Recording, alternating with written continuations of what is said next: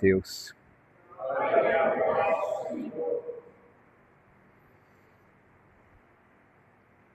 Dirigindo-se então Jesus à multidão e aos seus discípulos disse: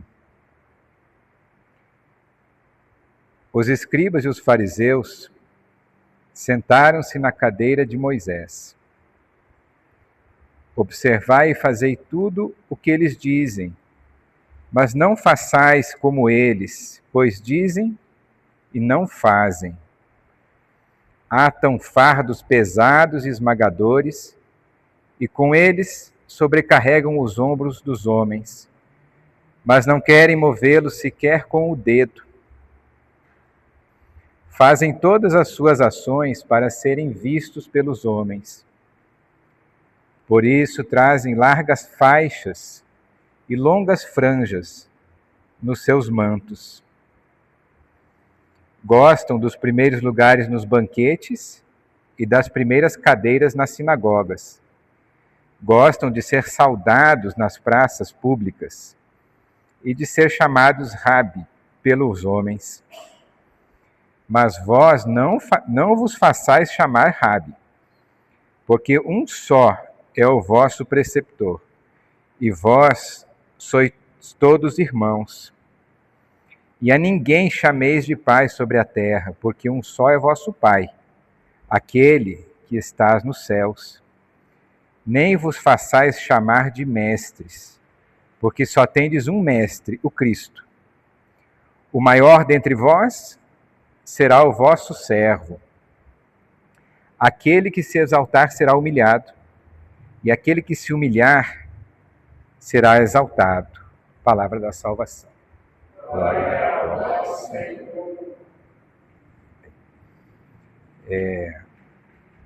Mais uma feliz oportunidade de estar aqui, fazendo essa reflexão. Esse evangelho é tão direto, né? E a homilia do padre Paulo Ricardo hoje, no YouTube, traz um comentário que eu achei muito interessante, queria repetir aqui, em que o padre diz como é difícil superar o pecado da soberba. No vídeo dele hoje ele disse: os outros pecados, até mesmo a luxúria, gula, causam muita vergonha, né? Mas o pecado da soberba, ele fica escondido. A pessoa pode até se sentir um grande santo, na verdade não é. Se faz o que faz pela aparência. Eu achei muito interessante, queria compartilhar com vocês. E para complementar, eu também trouxe o Catecismo da Igreja Católica, trazer aqui alguns parágrafos que complementam e jogam mais uma luz nesse Evangelho. Começar aqui com os parágrafos 577 e 578, da seção Jesus e a Lei. Porque o Evangelho fala da lei antiga e a lei nova, mas o que é a lei nova, né? Então aqui diz: Jesus fez, no começo do Sermão da Montanha, uma advertência solene, na qual apresentou a lei dada por Deus no Sinai, por ocasião da primeira aliança, à luz da graça da nova aliança. Abre aspas. Não penseis que vim abolir a lei e os profetas.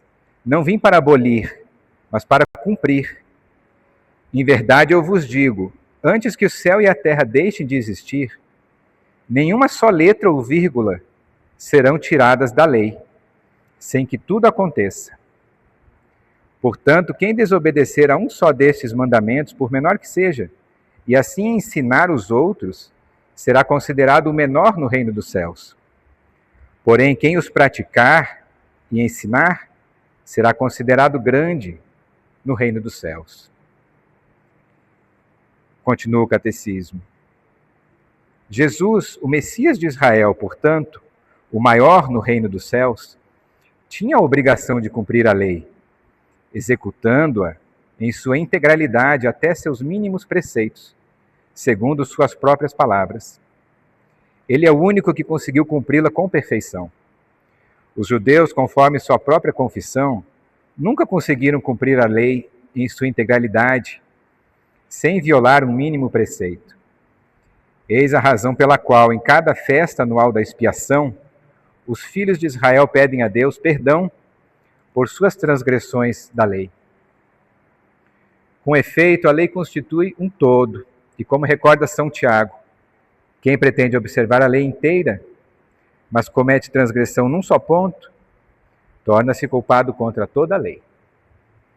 E para fechar, mais alguns parágrafos aqui.